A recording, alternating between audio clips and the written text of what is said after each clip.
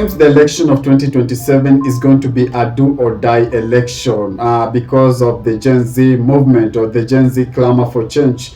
2027 general election is going to be a tough task for many politicians.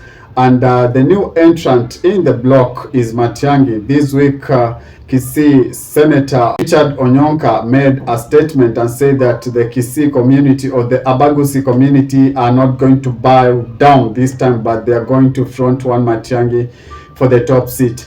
So this afternoon, I'm going to focus on the two candidates that are becoming very popular in the country and perhaps are going to give President William Samoei Ruto a tough time in 2027. That is none other than Okiya Omtatah and Frederick Matiang'i.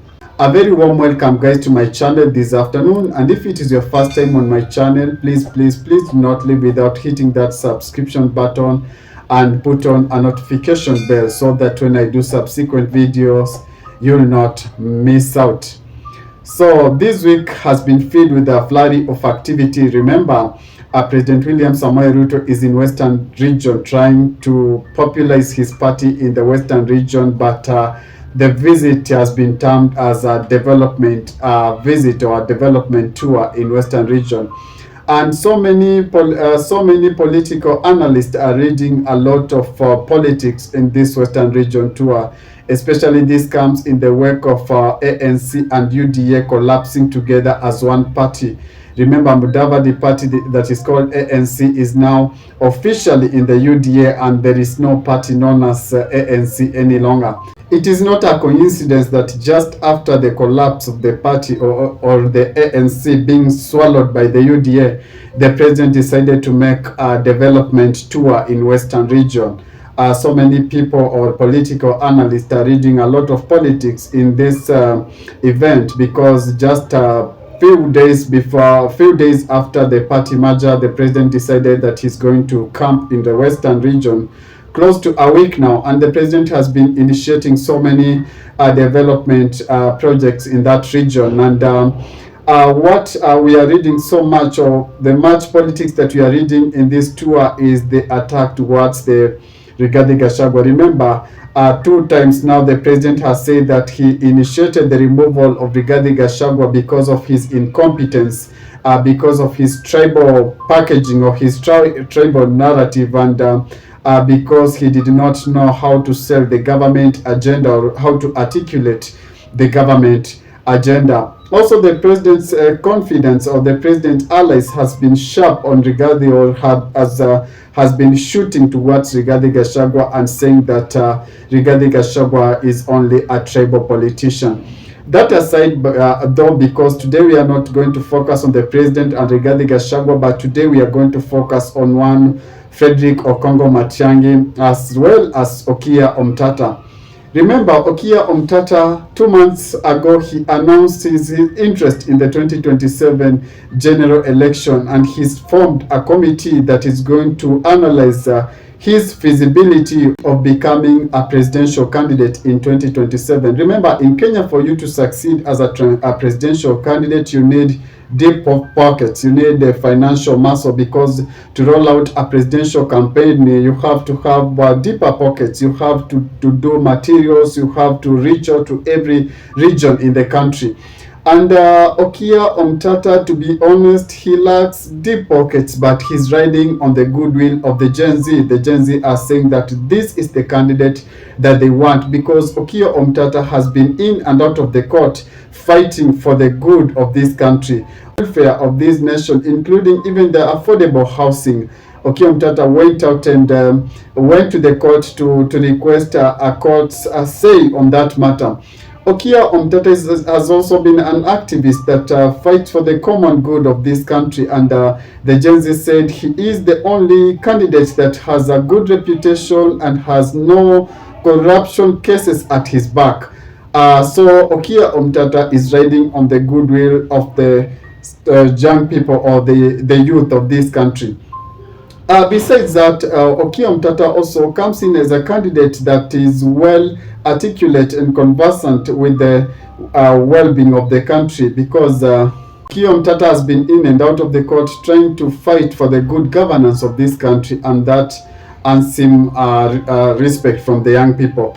But beside that, to be honest, also in Kenya, for you to succeed as a presidential candidate, you need tribal support, or you need what we call ethnic support. You need a goodwill support from your backyard.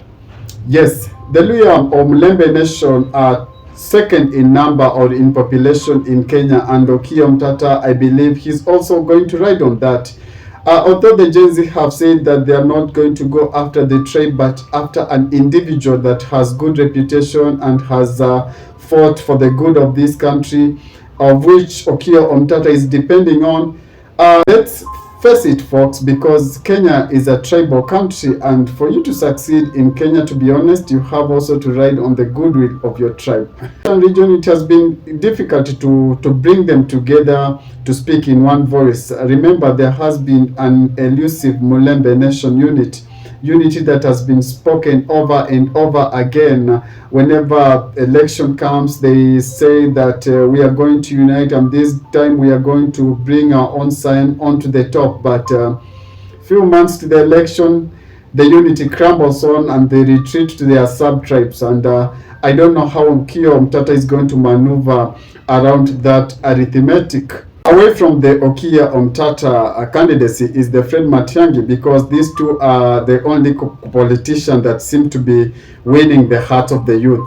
Fred Matiang'i held a very good position in Uhuru cabinet. He was the interior CS during Uhuru tenure, and Fred Matiang'i did a perfect job. He made sure that things worked, especially during his tenure when he was in Uhuru cabinet. But however, Fred Matiang'i is having a bile, or he has a bone to chew with the youth, because the youth are saying during his tenure, it's when there's so many bodies who are found in the river Yala, and he has an explanation to make to the youth before they give him a clean bill of candidacy in 2027.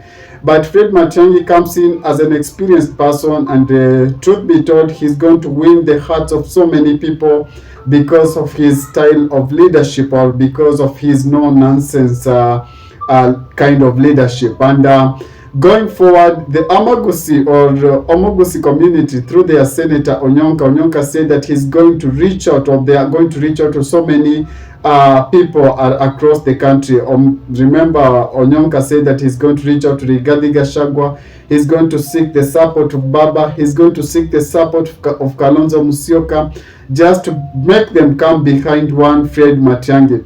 But the most important thing to note, or the most important line that we are going to focus on, is that Onyonka said that they are not going to back down, meaning they are not going to cede the ground for any other candidate. It means it's only Matiang'i or Matiang'i, nothing else. And that begs a question, because in politics you have to understand that it's a game of negotiation. You negotiate and you try to bring each and every candidate on the weighing scale, and try to understand who's going to stand a chance against President William Samoei Ruto.